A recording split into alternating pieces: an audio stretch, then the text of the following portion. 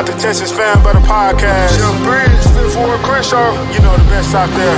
Keno, Bo Diggity 713. To all my Texans Nation. If you feeling good, I want you to throw them H's up high. Yeah, like that. I see you. Let's swarm. Yeah, Houston, Texas, born and raised. Yeah, that's where I'm from. The best city in the state. Yeah, we stay turned up. There's excitement in the air for the Houston Texans. We swarming all year, causing havoc, we wrecking. Coming off that edge, we got 5-5-5-5-1. Thing on the outside, locking down your number one. All about the swarm mentality. And the H, standing on business is the way we operate. I rep that 7 like CJ, that 1 like Diggs, that 3 like Dale. H-Town, we doing it big, you know that 12 out here. And don't you never forget, better pick your poison, cause we got Joe in the midst. We rock that battle red, still blue, Liberty white, H-Town blue, drip galore, man, we so fresh, fire like the field. Shout out to the whole squad, chasing greatness. Eyes on the prize, one goal, it's time to take it. Let's get it. Throw them H's up, throw them H's up, now you throw them H's up, throw them H's up, we throw them H's up, throw them H's up, let's show love for them Texans, cause them Bulls about to perform. Throw them H's up, throw them H's up, now you throw them H's up, throw them H's up, we throw them H's up, throw them H's up, let's show love for them Texans, cause them Bulls. Hello, and welcome back to the Texans Fan Ball Podcast. I'm your host tonight, Matthew Briggs. Guys, we got a special guest. Before I introduce you, let me introduce my team swarm today. First off, I got my A1 since day one. I got Mr. Crenshaw in the building. Hey, what's up, Crenshaw? What up? All right. And then Kendall was here. I guess his computers decided to be like the Cowboys and just hop off. We'll see when he comes back in a second. But guys, if you know Texas Nation, you know him very well. He was on sports radio, but now he is on Locked On Texans with our fellow friend of the show. We got Mr. Stan Norfleet. How you doing, buddy? What's going on, Houston? What's going on, man? Y'all doing a great job. I've been monitoring from afar. You know, it's been a minute since we had a chance to link up, but I appreciate y'all giving me a call. Now, y'all know I'm going to stay on brand, so y'all know it's going to be some ish when y'all get to talking about these Texans, but I'm going to be hard but fair. Hey, that's all we ask, right? Hard but fair. That's all we ask, you know? And as I said, you know, his computer works like the Cowboys every now and then. We got Mr. Keno, the messenger himself. What's up, Keno? What's good, everybody? I hope everybody's doing good, feeling good. Well, Stan, you know, let's get out in the open. Tell us, what is your personal expectations of the Houston Texans coming this 2025 season? What is Stan's season the Texans look like? I think this is another, and I said this on our show, courtesy of the Locked On Pod, the Texan Squad show. I see the Texans going 10-7 in the regular season, mostly because the division is defunct. You know, Indiana, the Indianapolis Colts, rather, they have a roster, the coaching staff, the GM may be on the hot seat, Anthony Richardson, Daniel Jones, what they got going on. The Jaguars have some talent, but what Trevor Lawrence we going to get? And then Tennessee, Cam Ward, many people are putting him in the same breath in terms of how he can rejuvenate and quickly in 1 year catapult a franchise back into notoriety, a la what CJ did in 23 and what Jaden did last year up in Washington. So the division is probably the worst division in the league. So I think the Texans will come through. I believe in D'Amico Ryan, I believe in the defense. And quite frankly, I trust in CJ's leadership and mostly his decision-making. Now, I think this is another one and done in the postseason. I don't think the 25 team is going to be the first in Texas history to make the AFC Championship game. I have my reasons, but you asked 10-7, one and done in the post. Okay, all right. So does that kind of because of the offensive line, or is this another year of coaching under the belt? I'm having a difficult time with this one. Like, we all know ball here. Right. So, like, help me understand. Completely new offensive line, or at least, 80% of it being new. Titus playing a new position. All right, fine. New offensive coordinator, O-line coach being promoted to the head O-line coach for the first time, but he was in the room last year when it looked like that. You get out, Tank Dell won't be back, Stephon Diggs out, and you bring Christian Kirk, who I respect. In the slot, he's one of the best to do it when he's healthy. Mm-hmm. But he's only played one game in December or beyond the past 2 years.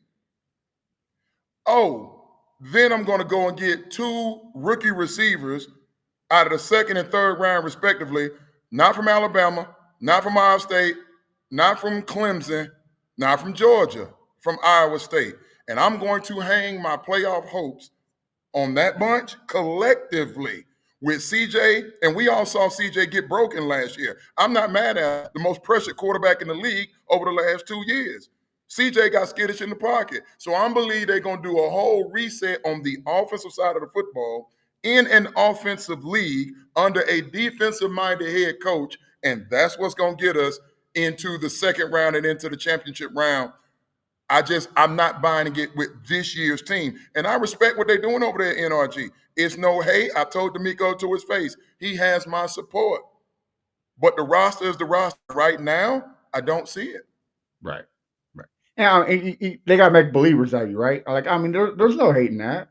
The only thing that I kind of have faith in when it comes to offensive line, CJ Stroud's rookie year, this offensive line reminds me a lot of it, right? Like Tunzel was out the first half of the season. Howard was out for the first half of the season. So you had all these pretty much like nobodies, right? Like these makeshift lines where they just plugged in, plugged. I mean, they were top ranked 15 offensive line that year. So I think with we see what CJ can do, but that's the question: can he do the same thing he did his rookie year with this line? See, the difference for me, and I apologize if I'm speaking out of term here, No, but go ahead. the difference for me is that offensive line had more talent. You had Laramie Tunsil, who's a reigning Pro Bowler, a perennial All-Pro at the position. Don't think he made it this year, but you had more talent. Like Shaq Mason is a better guard than both Titus is at right guard and Lakin Tomlinson is at left guard.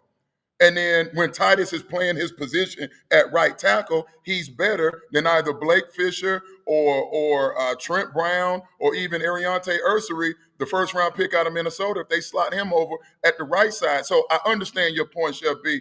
I'm just saying I think that offensive line, even though they were banged up, Titus spent 2 different stints on IR that season in 2023.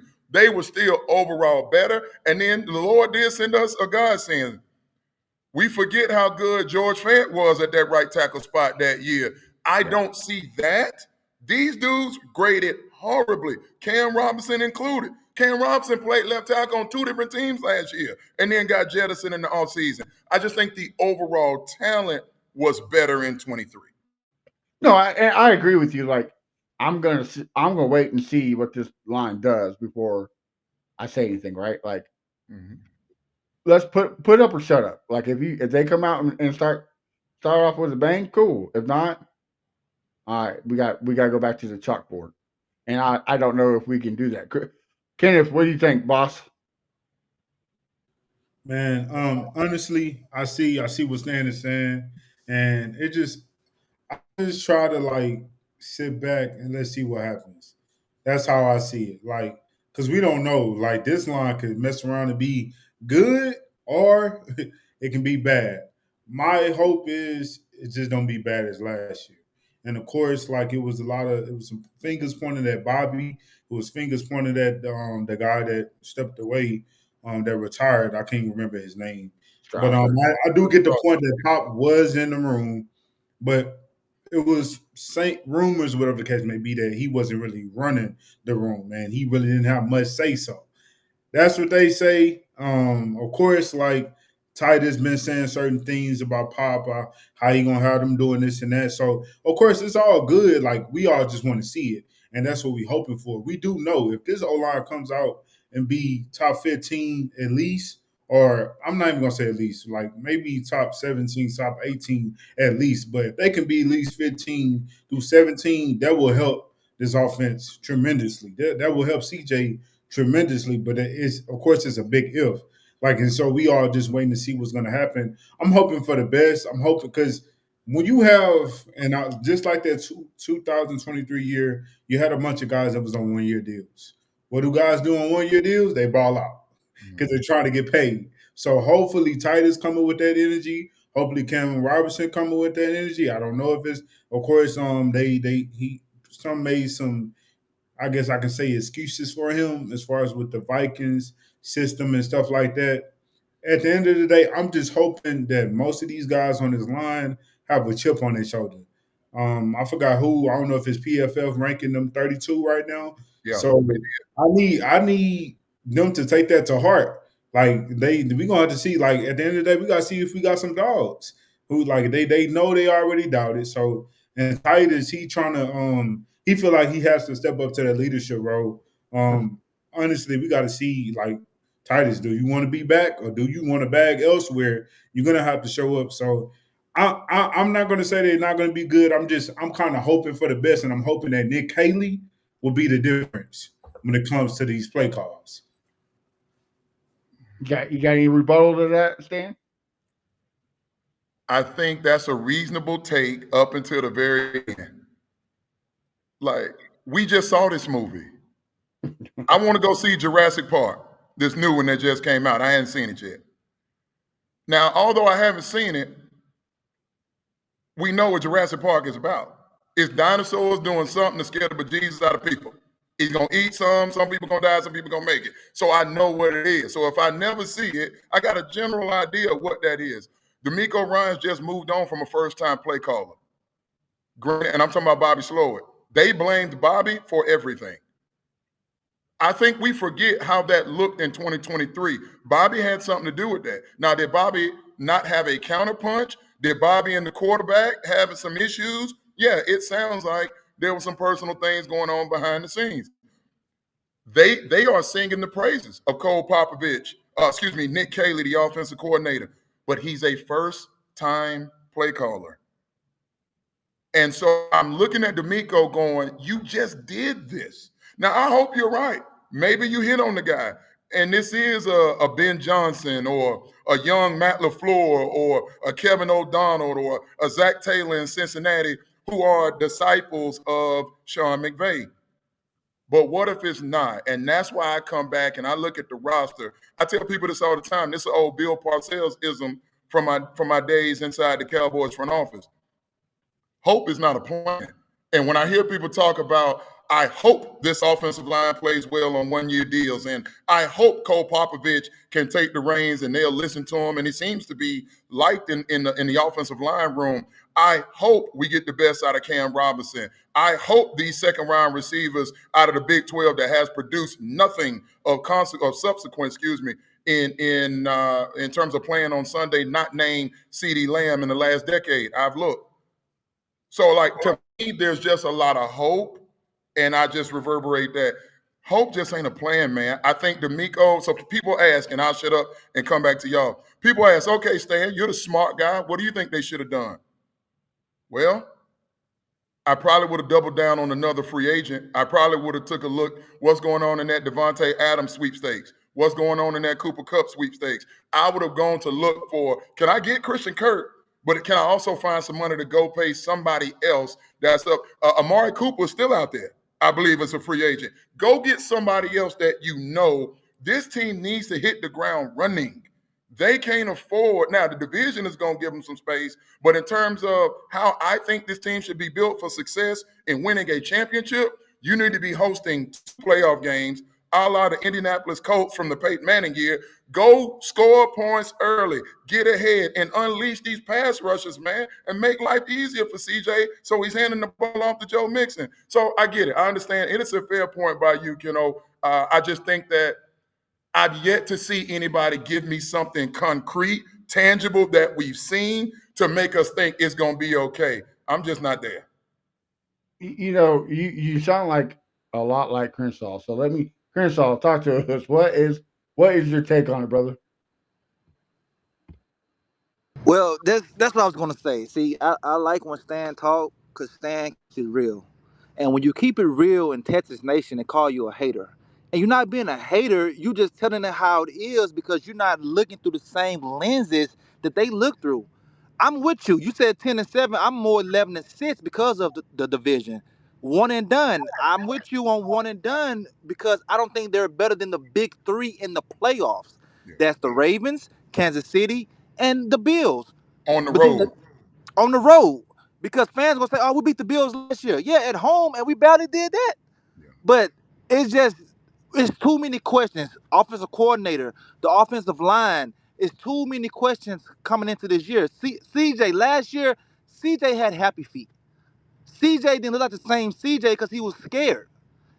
Nico Collins, we know he's going to miss his 5 games this year, and then we got to depend on, like you said, those rookies from Iowa State that we don't know nothing about.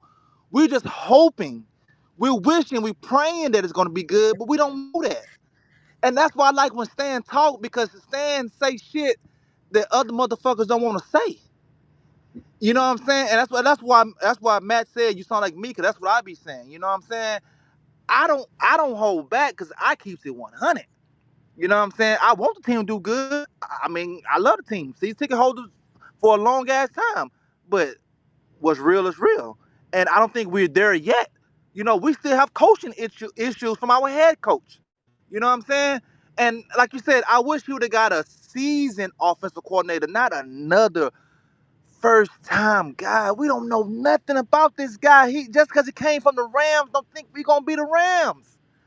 So I just hope we, like you say, man, we come out, score a lot of points early, and let our good defense hold it down. I Yeah, want to see them because I do agree. Like Crenshaw, no, we both agreed on this. We thought that what's his name that went to Washington, Cliff um, Queensberry. Noah Cliff Brown? Kingsbury. That's what we wanted. Who? We when we saw that Cliff interview, Kingsbury 2 years ago. Oh, Cliff Cliff King- Kingsbury. Oh, yeah. yeah, like when we saw that we was interviewing, we was hoping for that to happen, but it didn't happen. And my thing is, I know we don't have the proof for me to say this, but I kind of feel like Nick Caley will be better. I will say he's more seasoned than Bobby when it comes to the offense because he has been around, New England when they had Tom Brady and their offense, and then of course he been around McVay. So I felt like he is more seasoned than Bobby Slower. Now, of course, yeah, I do be saying I hope because I'm a true fan at heart. But dude, when we get realistic, yes, it can be bad. You know what I'm saying? We don't know what's going to happen. You know what I'm saying? We can hit the doggone season and the offensive line could be worse. You know what I'm saying? And CJ still got happy feet and he's getting hit after 3 seconds. You know what I'm saying? Like all this stuff is it's possible. And the main thing is that's what we really like thinking like, man, if this offensive line can hold up, you know what I'm saying? Maybe they're gonna have something shaking. Even though yes, we might not have a lot of weapons as far as like, yes, we have Nico, yes, we have Christian Kirk that's kind of injury prone. They're both kind of injury prone. And then we got the rookies. So that is like the head scratcher, but also we can't forget we got Joe Missing and we also got Nick Chubb. So at the end of the day, I just feel like everything really comes back to the O line. And that's why I'm like excited to see how they're gonna look. That's if this O line is trash, yeah, we're going 10-7. But if this O line is good, we might be better than what we think we're gonna be. So I think it's really all on the offensive line. Of course, can Nick Kelly adjust? Because we all know that was Bobby's issue last year. He didn't adjust. It just kept doing the same thing over and over again. Not Especially on first down. Yeah. exactly. So that's I just want to add one piece before I come to you, Shelby. Like, the few people in the city, and I don't want to say this because it's not casting aspersions on any of the fellow media members, but this is just the real of it. The way this works in the National Football League. I tell this to people all the time. Never believe that the 11 men that run out there on offense, defense, or special teams are the best 11. There's always agendas. There's always politics. It's the same way in the front office from a coaching standpoint.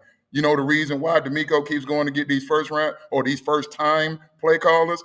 Because he knows if you go to get a guy like Kingsbury, if it gets bumpy, people gonna start whispering behind the scenes, maybe we should turn things over to that dude. So D'Amico is being advised, I believe, by his agent. I think he's represented by Jimmy Sexton. Don't quote me on that. But Jimmy is going to tell all his guys relative to their situation, be careful how you build your staff. So that's why I told D'Amico, I get it. Just go get somebody veteran that has been there, done that. I'm making up somebody here. Jason Garrett is making great money on television. I'm just giving you a name. I'm not saying him specifically, but I'm saying somebody in that situation. Somebody that wants to be in the game, that wants to make a decent amount of money, but they've already had their head coaching opportunities, and they cool with being a coordinator. He's doing this one-time play caller thing for a reason, and I hope it's not to the detriment, and I want you all to hear me clearly. My comments are also tied to not just winning a Super Bowl, but doing so while CJ Stroud is on a rookie contract. Absolutely. The window is closing The window is closing, yes. fast. No, I agree with you, and it's not just his agent too. I mean, Nick Casario is probably telling him the same thing, right? Like Nick Casario don't want to hear the whispers because that's just another thing he has to deal with, right?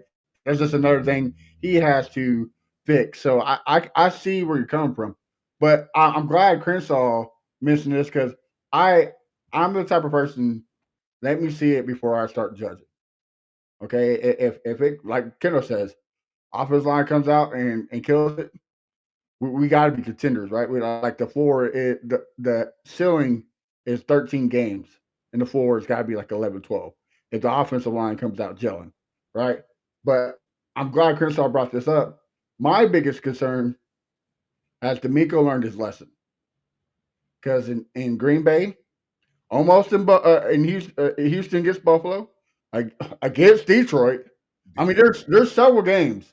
You can go back to CJ's rookie shot. We shouldn't have lost that game to the Falcons. The Falcons, the Jets. Yeah, absolutely. Like there's so many games that he plays for the clock instead of playing for the win, and all those games I mentioned are proof. So I need another year of see if D'Amico finally learned his lesson. Hey, we can't be doing that.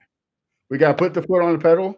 I mean, how can you pick off Jared Goff 5 times and still lose on prime time?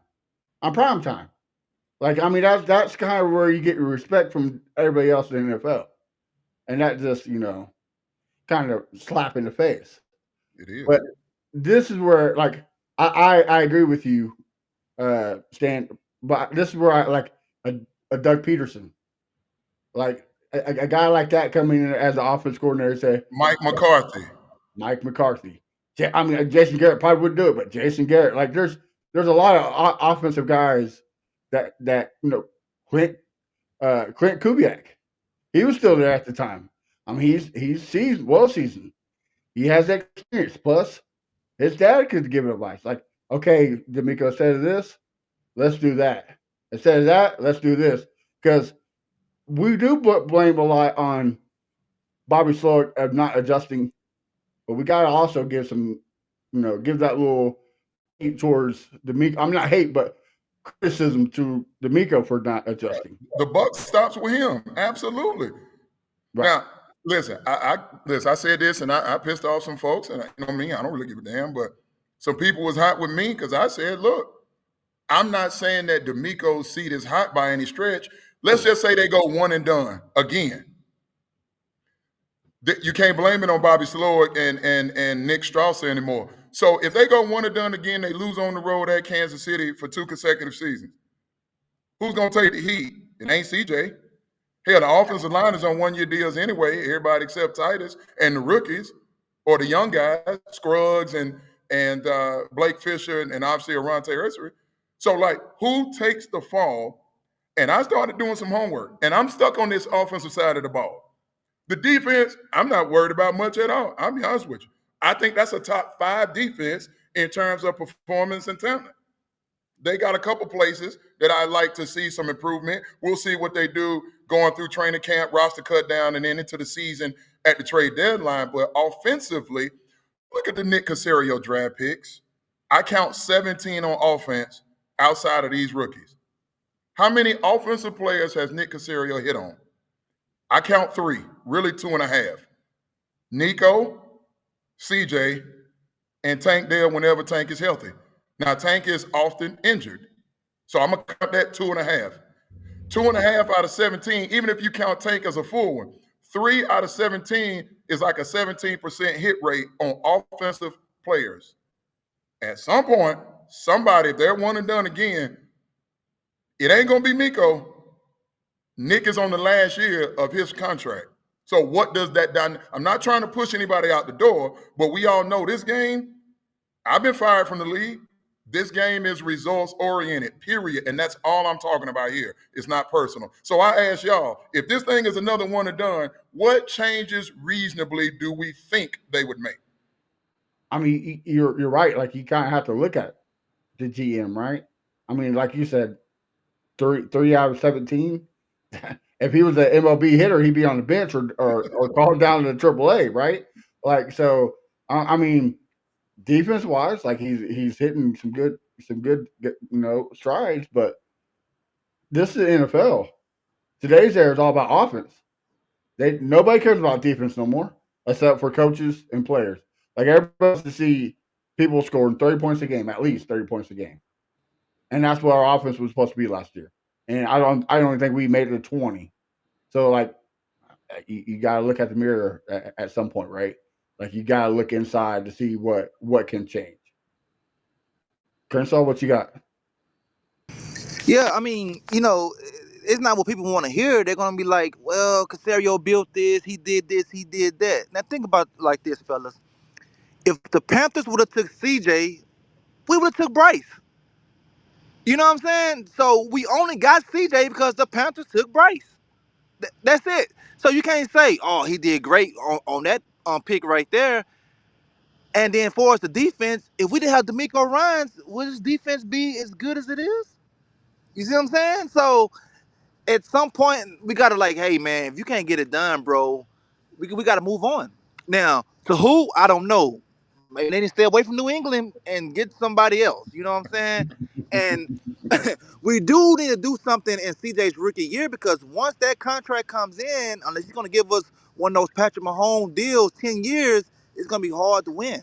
It's gonna be hard to win because everyone's gonna get paid. Like Will Anderson, oh man, he's gonna have another great year. He's gonna get paid too.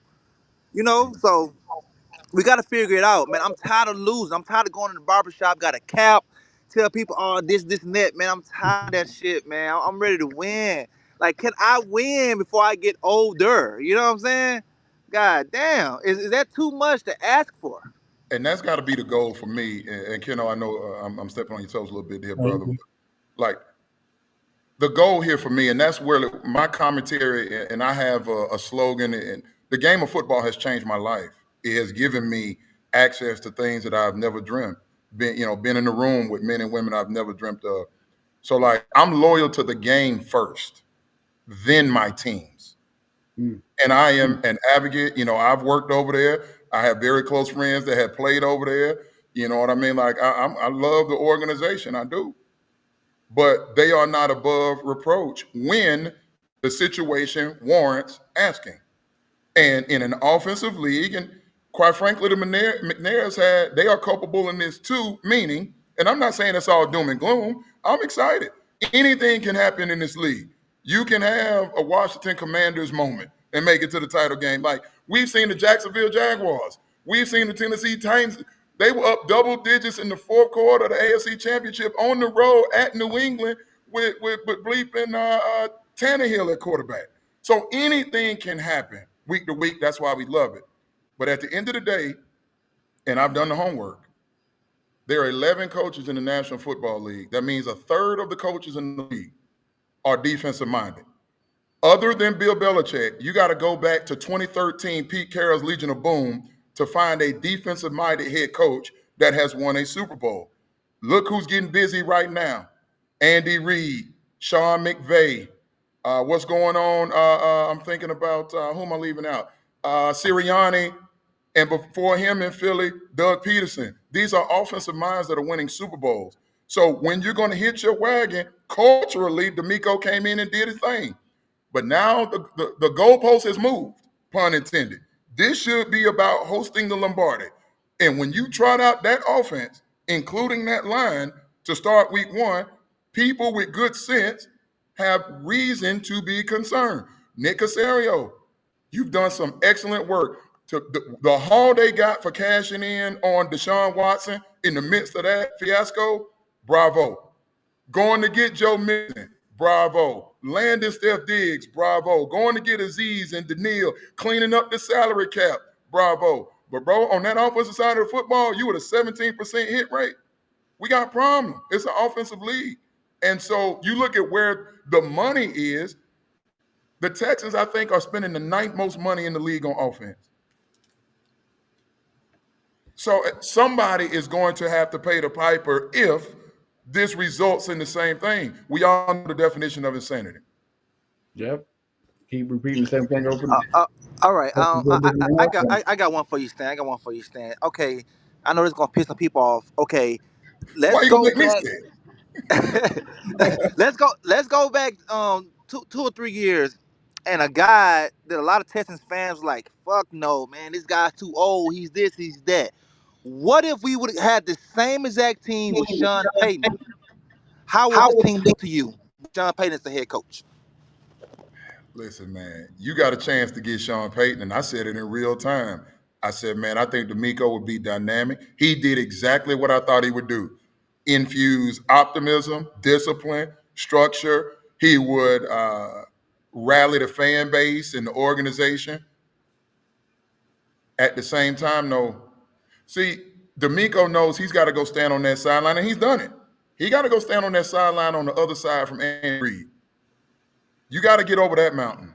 We know what Baltimore, they 0-3 versus Baltimore in the D'Amico Ryans era and 0-2 versus Andy Reid and the Chiefs. Hey, man, can you go be better than that dude? And CJ's a baller, and I do believe that CJ Stroud one of these days will play in a title game and maybe a Super Bowl. But D'Amico's going to have to get better at his job too. And he knows that. If he were honest, if he were on the show, he'd tell you there's some things that got to get better. And I think Casario's job is to give D'Amico enough ingredients not to just be successful. You got to go do the whole thing. And if we all think back to the playoff loss at Baltimore and the playoff loss at Kansas City, with what I said was a more talented offensive line than what they're going to try out there this year. What was the problem at the end of the day? It was Nico Collins, Dalton Schultz, and they got some production from the backfield. But when you roll coverage to Nico, he's a baller, but you could take any one man out the game. There was nothing else to step up in critical moments and relieve that offensive pressure. So, again, I'm trying to get out of the doom and gloom space, but you bring in a guy like Sean Payton, and it's no surprise what he's doing with Bo Nix in Denver in 1 year. Right. They got a good defense. They got 5 All-Pros on their team. Texans have 1. And I'm just like, Sean Payton has the ability and has proven with the right personnel. He's hungrier now because he got something to prove, given how things ended in New Orleans. I think this team, if you're asking me, Stan, the last 2 years, would the Texans have a better record if Sean Payton had been the head coach? My answer is yes. I think the record would have been better with the same personnel. The hard part is we don't know if Sean would have signed off on the same personnel that D'Amico has. Right. And that kind of goes back to Nick Casario, right? Like we all know that Sean Payton, he likes control of what color pencils are on his desk.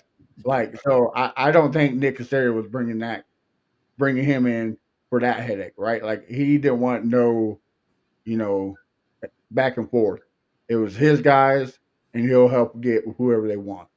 So I agree with Crenshaw, but at the end of the day, I don't think Nick Casario was bringing him to Houston. That's true, man. But man, Sean Payton has one less win than D'Amico in a way tougher division. Okay, I'm done. Ken, you can go, man.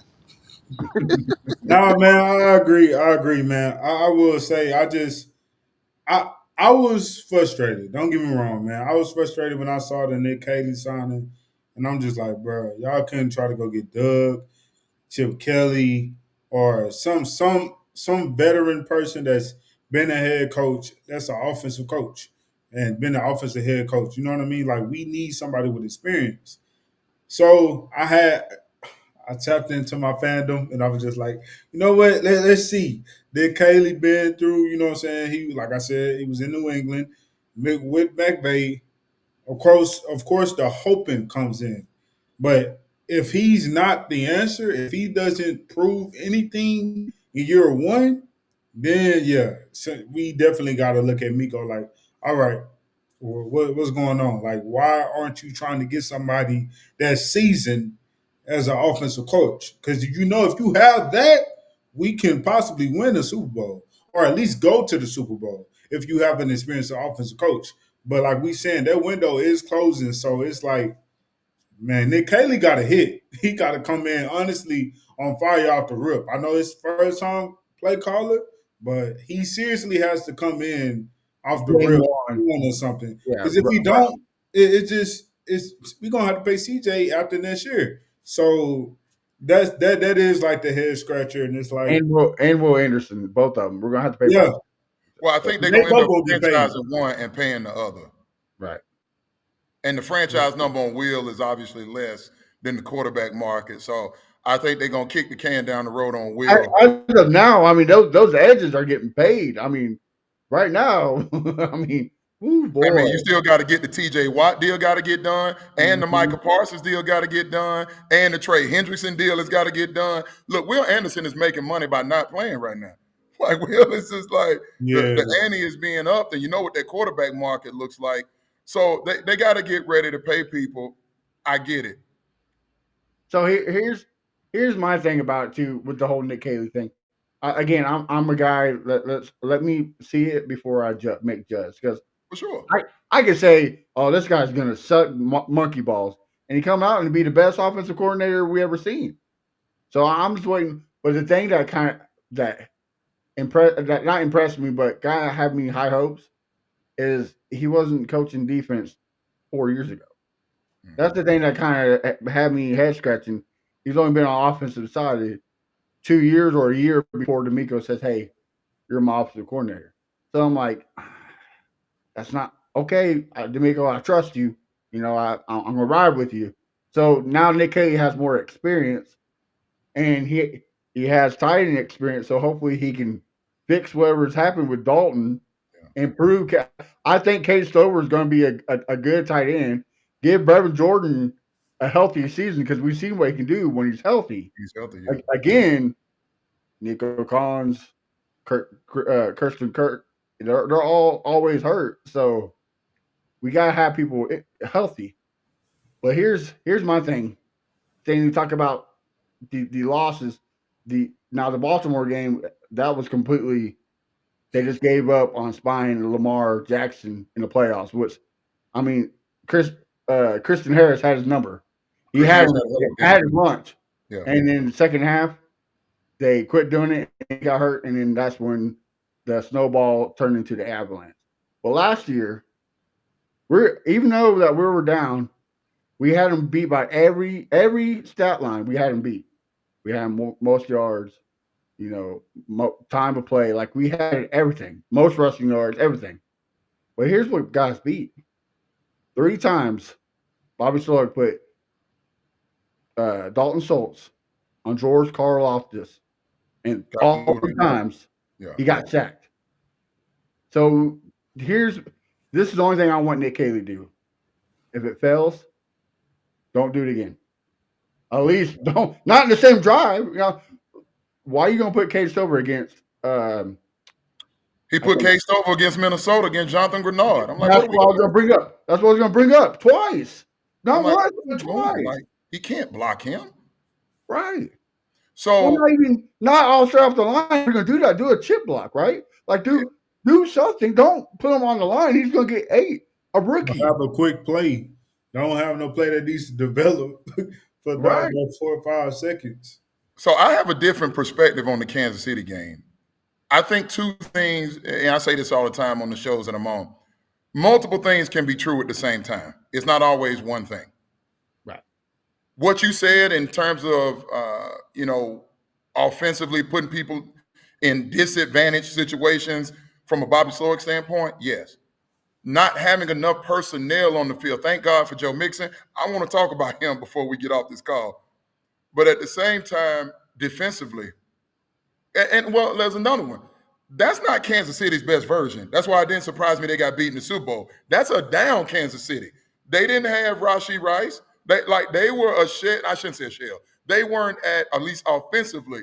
They weren't at full speed. What hurt and what the game was for me in Kansas City is Andy Reid got the best of D'Amico because he said, I'm willing to bet Henry Toto and Aziz Al-Shire can't guard my future Hall of Famer in Travis Kelce. And the Texans got destroyed in the middle of the field. And putting the guy who just went to Jacksonville, Eric Murray, on single coverage to Travis Kelsey. It's Like just it was a bad plan. it was. It was I a agree bad plan. 110% with you. Yes, absolutely. Yeah. So look, I think there is hope. Like perhaps Nick Caley. All right, here you go, Keno. Listen, Nick Caley is a former tight end position coach. Maybe we do get the best out of Dalton Schultz, and he looks more like 2023 Dalton Schultz. That will certainly help alleviate some of the pressure from Jaden Higgins having to come in. People keep talking about he's like Nico. It took Nico 3 years. We don't have 3 years. We're trying to go get this money right now. So I'm like, where can we alleviate the pressure? And I said this earlier, and I've been proven to be right from this standpoint. When I looked at what they did in the offseason, and I looked at who they brought in, and I started connecting dominoes, and then we learned later, because CJ told us, they're going to expect CJ Stroud to be Brady-esque. Mm-hmm. Get the ball out quick, make the right decision. We're going to run the bejesus out the football. This offensive line is not going to have to protect as long. CJ is going to have the power to change the protection and audible at the line of scrimmage with a different level of latitude that he did not have the last 2 years under Bobby. And so we're going to let defense, special teams run the ball, and we'll occasionally take our shots. That's what's going to get us in the AFC title game. That's just not modern football. And all due respect, CJ Stroud's not Tom Brady and D'Amico's not Bill Belichick.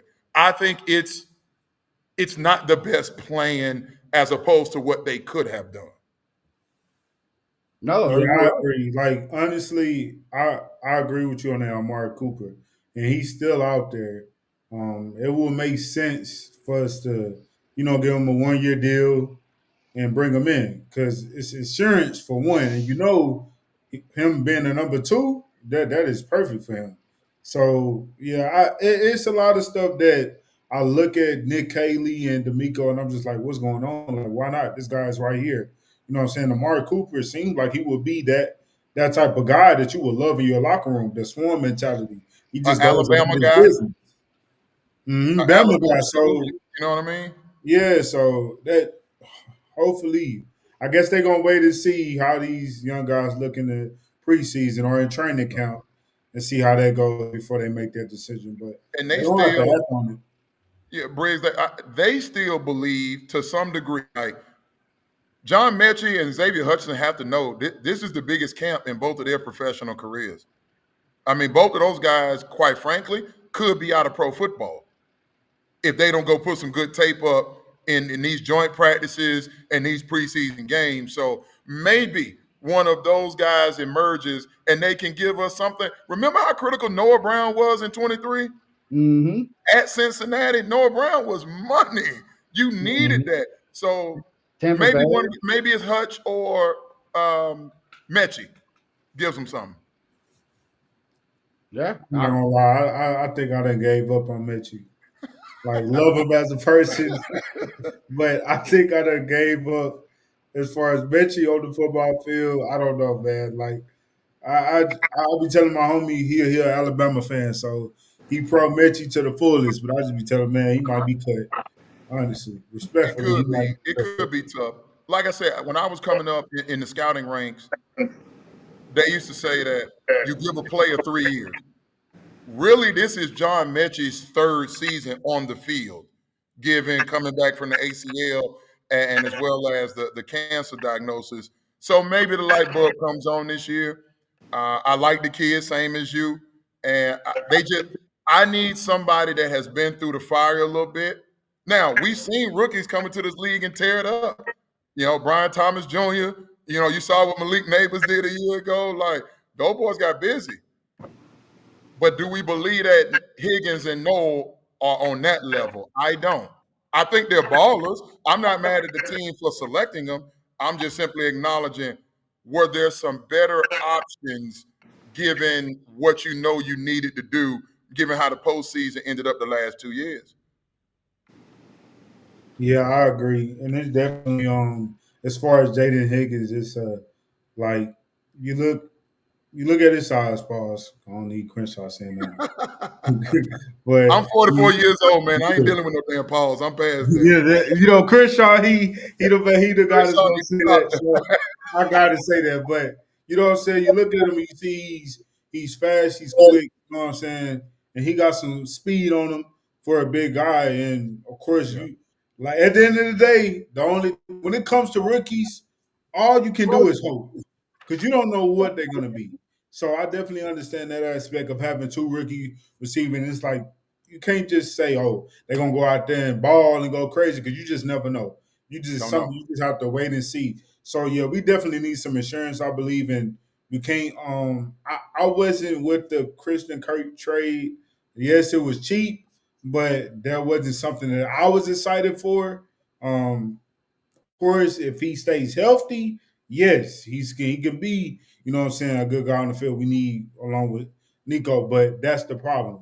We don't know if that's gonna happen. We don't know if it's the same with Nico. We like Chris said, he might miss 5 games. So Yeah. we really banking on two rookies. Because I'm sorry, like I said, I'm done with Messi. I'm honestly done with Hutch as well. Come on, So man. Give Hutch some. I feel like these are role players that need to be on special teams. Like I, I'm hoping that these rookies are better than both of them. That's what I'm hoping for. Because if they not, then we in some serious trouble. We have serious problems on our hands.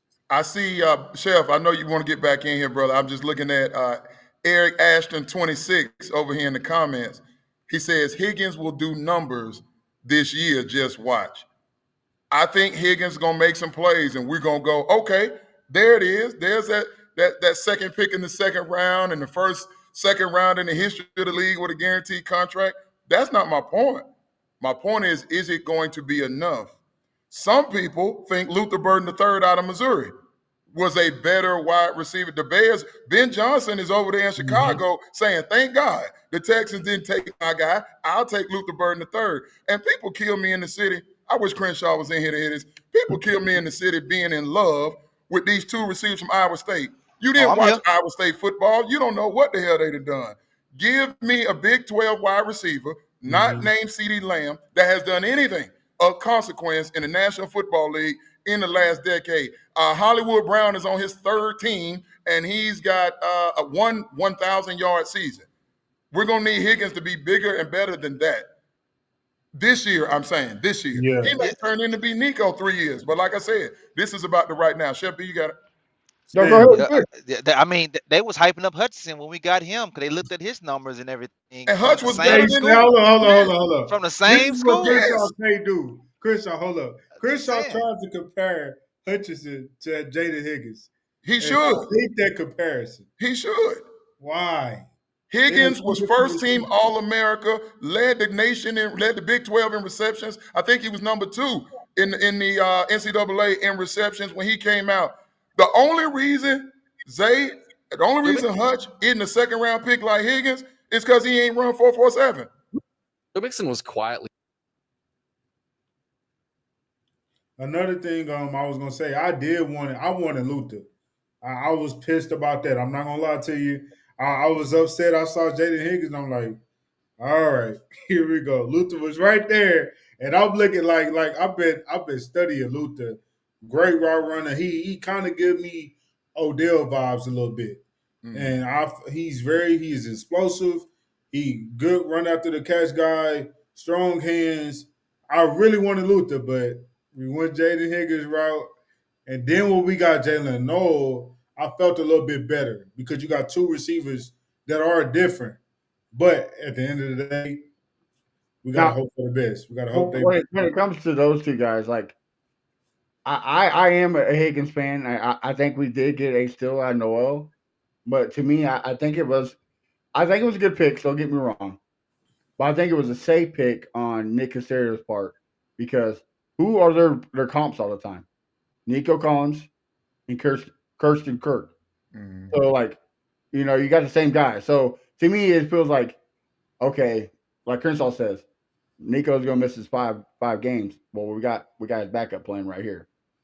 Kirsten Kirk's out for 6 games. We got his backup right here. So to me, instead of elevating the offensive playmakers, we just kind of got the same You quote, compliment. Right. You got the same guys. So hopefully it works out. I think they're going to be good, but again, I gotta see it. You gotta make me a believer. I gotta see it to believe it. For I sure. was not a These are believer the in Tank Dell. reasons. When Yeah. Tank Dell emerged on the scene, when they took Tank Dell in the third round, Me clearly and I saw Crenshaw the was, ability, me but and I didn't Crenshaw think was Tank against Dell. it. We I were didn't think against he was gonna have the season he just had. I was like, man, good lord. Oh, I'm glad I thought about this.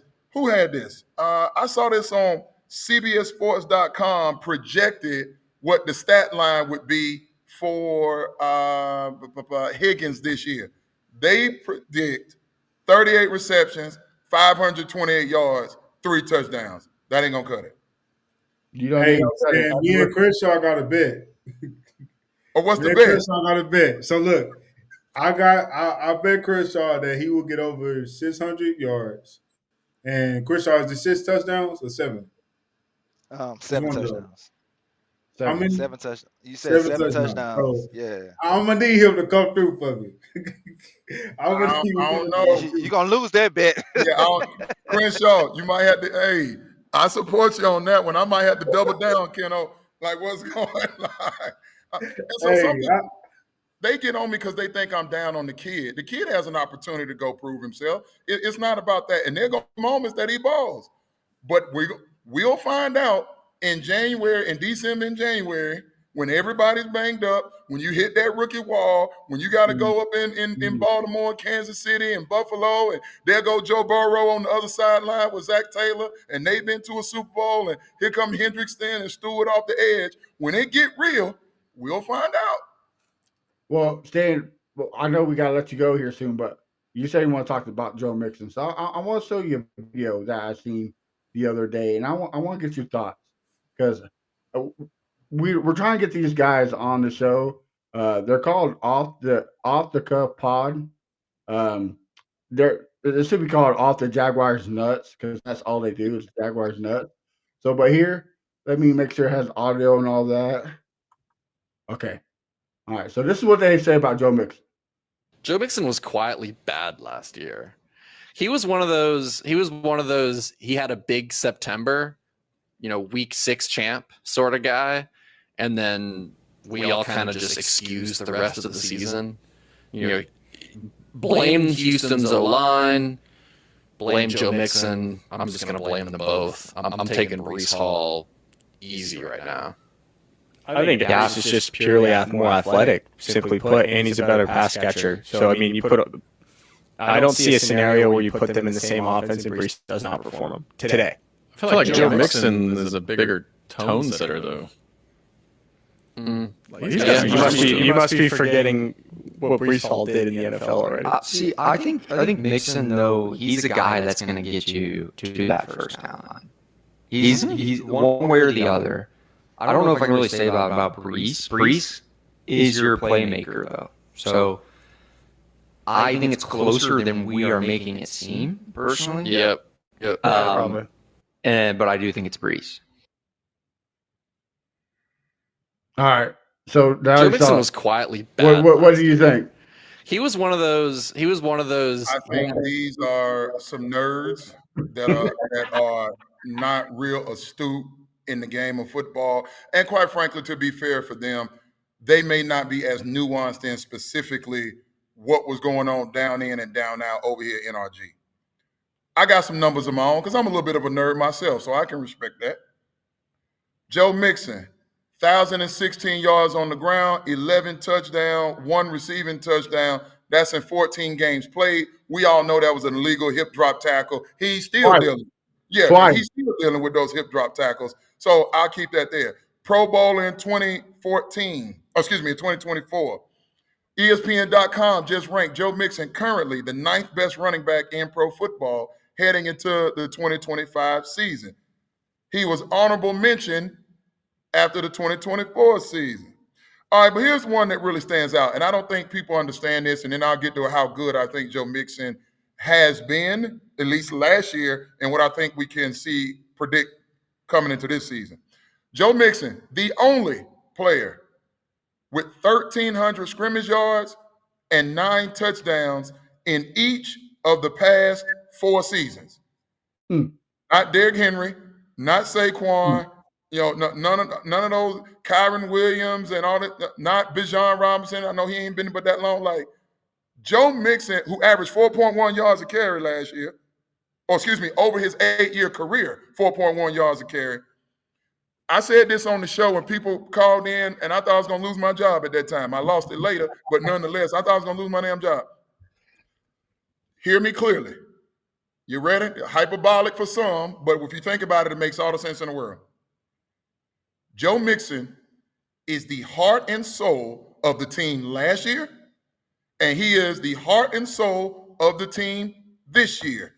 He's the most valuable player over there, not named C.J. Stroud. Stan, that's absurd. Will Anderson and Stingley and all those other people. I get that. Answer me this. If Joe Mixon goes down, and he's likely going to miss some games, he's been relatively durable as of late outside of the hip drop tackles. Do we know what Nick Chubb is? I've been fighting for Damian Pierce. I still haven't given up on DP. I sure the hell ain't trusting Dare Ogunbowale to run me to a victory over a division foe or the Denver Broncos defense coming up in here, or you got to go face that Buccaneers defense or the Rams defense to start the year. So if Joe isn't there, now you're one-dimensional. And you remember how Baltimore played downhill when Motor Singletary was in the backfield at Baltimore in that playoff game?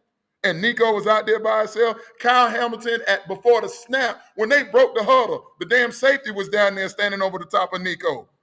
If Joe Mixon isn't in that backfield, it makes the Texans one-dimensional, and it's ball game. I don't believe they can score consistently without Joe Mixon running the football. He's the most valuable player on that team, not named C.J. Stroud. Well, also here's a couple more stats for you, Stan, that you can have for your arsenal.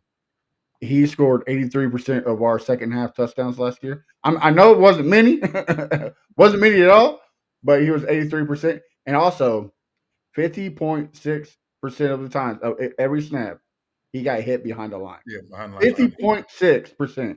Yeah. Just imagine you had a line to run block. Just imagine you had a line to get off that first step. What he would be past 1,000 yards. He'd be past 9 touchdowns, right? Sure. Like, I don't think he gets the love that he deserves. And that guy says, look what Breece Hall has done in the NFL. Okay, have you not seen what he's done his whole career? I mean, Mixon has been the most consistent thing we have seen from running back outside of Derrick Henry. From point A to point B. You can only name 2 guys that have been the same, and that's Derrick Henry and Joe Mixon. I mean, I might be a little biased, but that's how I see it. Yeah, no, I agree with y'all. Go ahead, you know Ken. how I feel about Joe. Like that. Look, and Stan, I agree to that point. He is, because the thing is, when it comes to defense, it takes a collective. Yes, Will Anderson is great. Yes, Danielle Hunter is great. Yes, Darius Stingley is great. But it's a collective thing. When it comes to this offense, if the O-line not good and Joe Mixon still doing what he's doing, it says an awful lot about him. Without Joe Mixon, like you just said, Matt, he scored a lot of our second half touchdowns. But without Joe Mixon, this offense might not do not much of nothing at all, honestly, because, yes, CJ had happy feet. So that's another reason why we really need this O-line to be better, because if they are better, then that takes more pressure off of Joe Mixon. Then that helps when Nick Chubb come in, he can do a little something. Right. And then also the rookie, Woody Marks, hopefully. I'm not gonna. I heard you say you ain't give up on DP, but I done gave up on DP too. Y'all done with Damian Pierce? Look, he's good, but I feel like the Texans done gave up on DP, Lucky. Well, why is he still on the roster? Why is he still? I'm asking Casario. If y'all have given up on him, what the hell is he doing on the roster? Because I know you've gotten phone calls for him. Yeah. So at least move off of him, get the draft picks, and let's do something else to address whether it's wide receiver or upgraded. Like we can be doing something else with that capital. Him just sitting on there, I think this is it. But go ahead. I'm not ready to give up. I agree with you. I didn't understand why he didn't get more PT last year. Like, it didn't.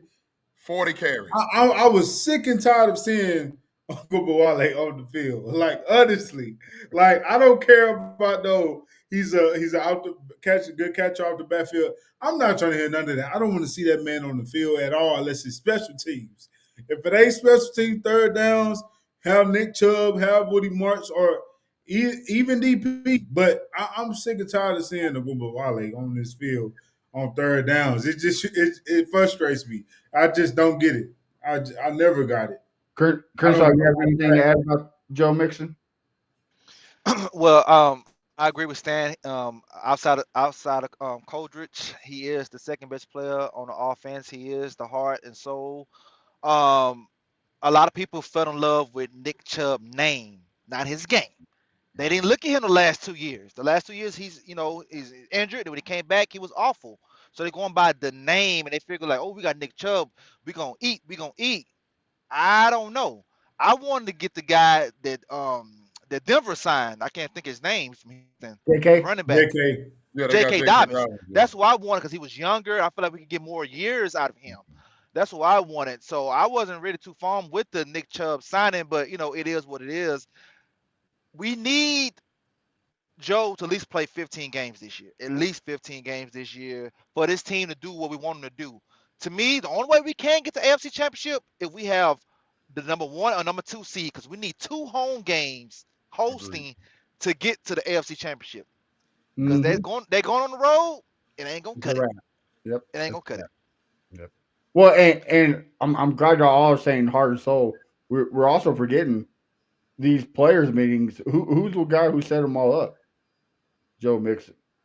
So that tells you that he cares about this team and that he doesn't want to sit around and us be mediocre, right? Like he sees what we see, right? He sees that window and it's slow. Well, it's not slow no more. It's almost shut. Like he sees it and he wants it. He wants it now.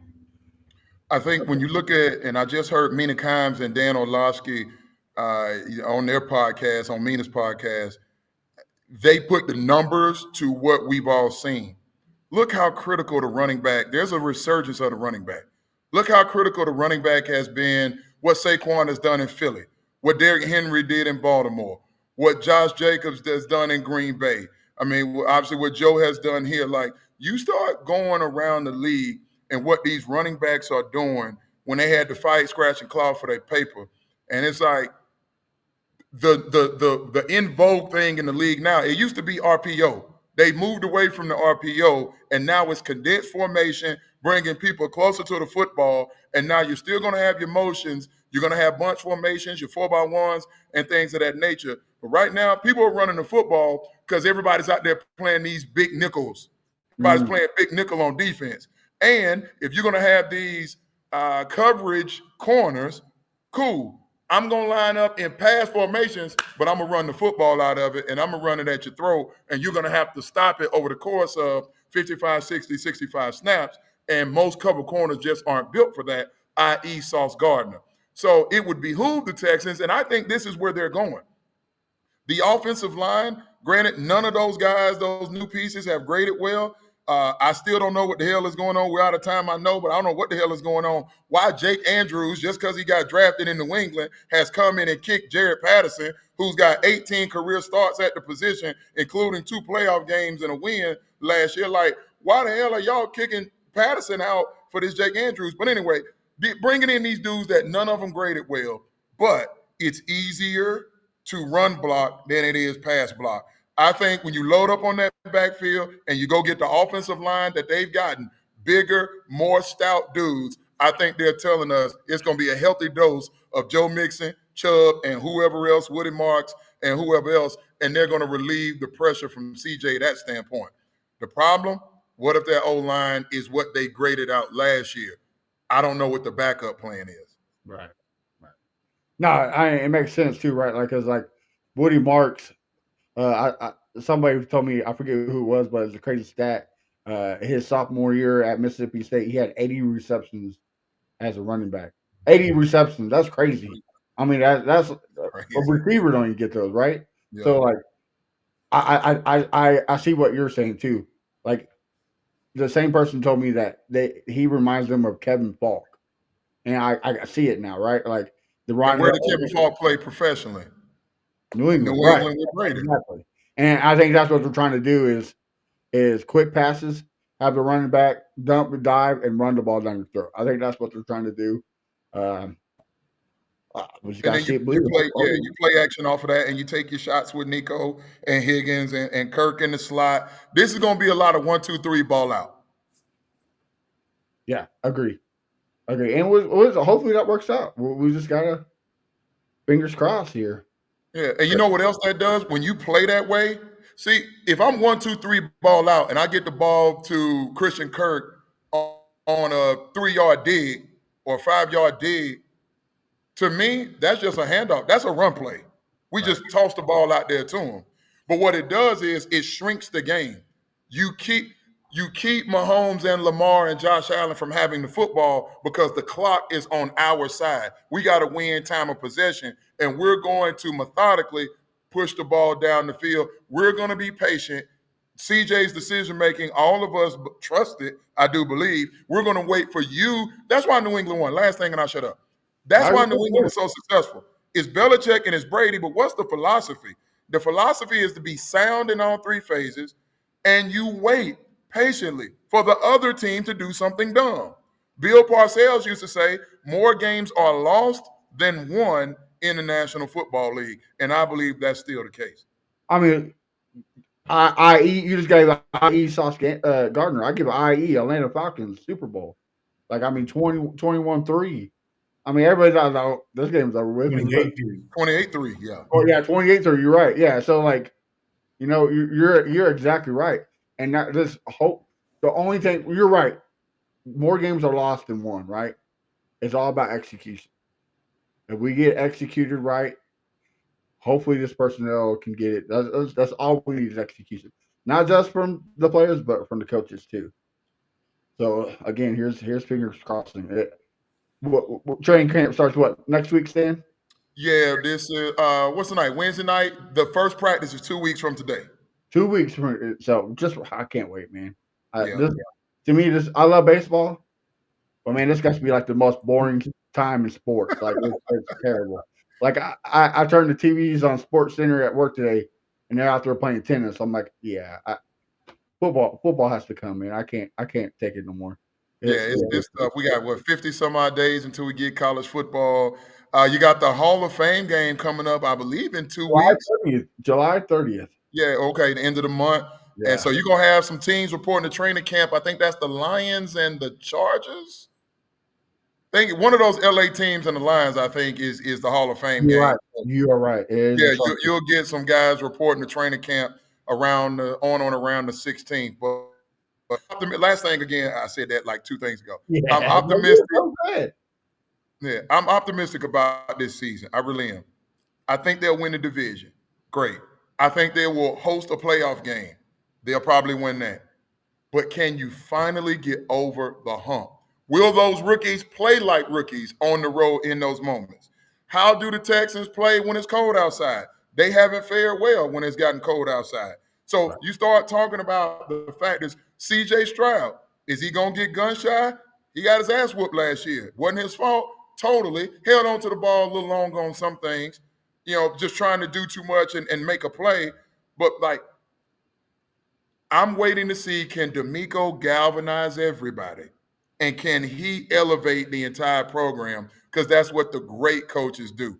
We'll see. I feel they have a chance, and I think that's all any NFL market can ask for. Just give us a chance. Absolutely. Well, let's take the wise words of Kershaw.